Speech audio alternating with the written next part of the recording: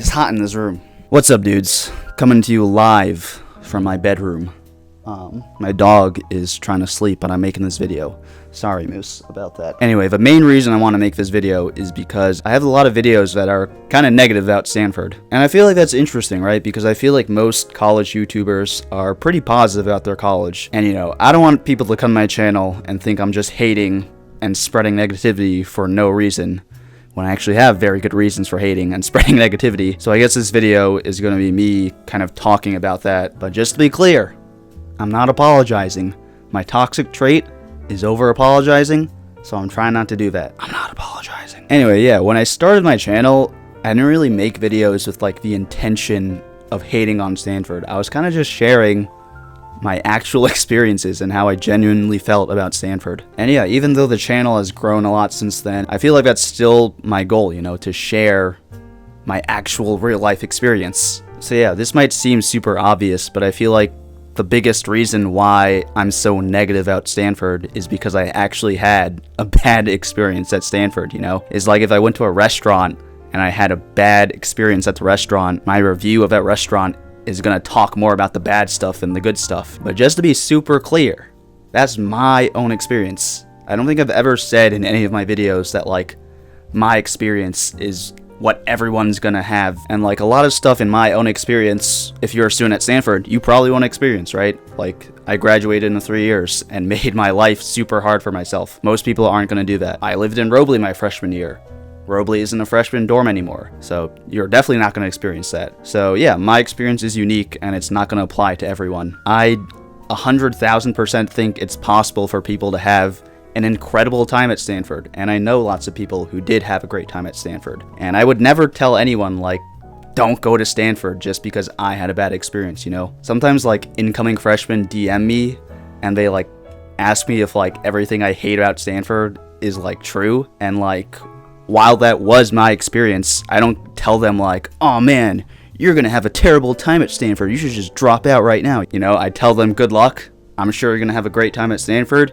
Here's what I would have done differently in order to have a better time during my time at Stanford. But yeah, I'm never trying to kill anyone's vibe or like just have a blanket statement that Stanford is terrible for everyone. Another reason why I feel like I lean a bit more negative on Stanford is to try and portray a more realistic point of view of what it's like at Stanford. You know, a lot of the like mainstream coverage of Stanford is pretty glowing of a university. Everyone's a genius. The weather's great all the time. The academics are super good. Everyone's super friendly. West Coast, best coast, all this stuff. But I don't think these lofty expectations of Stanford are realistic, and I think it hurts incoming freshmen the most. I think a lot of people go into Stanford thinking that it's gonna be like Disneyland or like a year-round summer camp, and it just isn't, you know, frankly. That can be a really tough transition to find out that what you're expecting isn't what actually is going on. I know it was for me, man. Like me going in,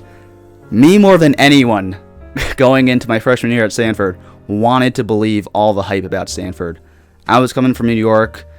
I was going to like California for like the first time in my life, and I really wanted to believe that this place was gonna live up to the hype and be this awesome, magical place where all my dreams could come true. And then when it wasn't, that was really tough for me because I had to realize that Stanford's just another place with problems that you still have to deal with. So yeah, I hope my videos can maybe provide some of the other side of what Stanford's like. I'm like one negative voice in like a sea of thousands of positive ones, so I don't feel bad for being negative. And I will admit that like my videos about Stanford probably run a bit more negative than what it actually is like in reality. You know, no one video is going to be able to accurately represent all the different experiences of all the people at Stanford. But I will say that I feel like the media that Stanford puts out about itself is way more unrealistic than any of my own videos. You know, they glamorize themselves so hard. I don't think Stanford feels any type of like responsibility to portray themselves realistically. And you know, not everything about Stanford is bad. There are a lot of good things about Stanford, but like you guys already know all those things. I would feel like weird if I made videos that were like, Stanford CS is ranked like super high in the world. I feel like people should criticize Stanford more because the Stanford administration feels like zero pressure to improve or change anything, and that's why like nothing ever gets better at Stanford. That's an overstatement, but like, you know, I feel like most people who go to Stanford would agree that Stanford admin is pretty sluggish on like improving things. And you know, part of my criticism of Stanford does feel a bit personal to me because it was like my mental health that got fucked up at Stanford. I don't know, man. I feel like people who are like really into Stanford and really like Stanford are like kind of culty, you know? They feel like if you don't like Stanford, you're killing their vibe. I remember my freshman year, I was feeling very angsty, and so I wrote on a whiteboard, "I don't like it here." Now, questionable move on my part about whether I should have done that. But then, like, the next day, someone wrote back to me, "Everyone else loves it here. Why don't you?" And that just really made me feel like shit, you know?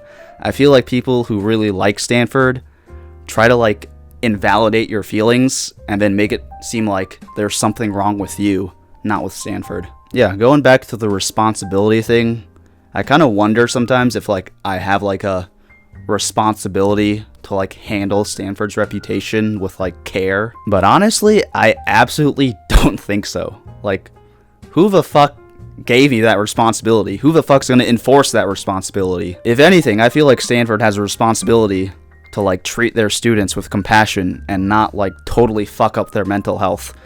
But they don't seem to care that much about that. And I do feel like I have a responsibility when making these videos, but it's to, like, tell you guys how I actually felt about my time at Stanford and my real experience, you know?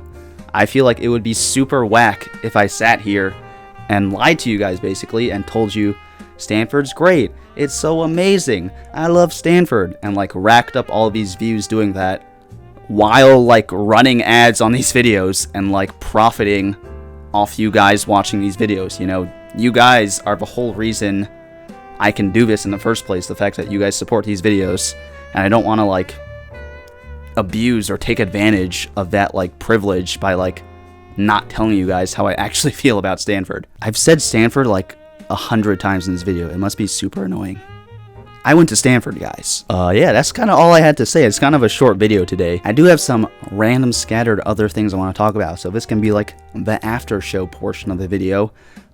Being on the internet is weird, guys. Sometimes I be getting hate, and it really activates like my self-defense mechanisms because like I haven't like worked out certain traumas in my life yet, you know, so I'll like pre-analyze every criticism anyone can possibly give me and like defend myself against those criticisms before they can even like be said by anyone, which is kind of like why I'm making this video.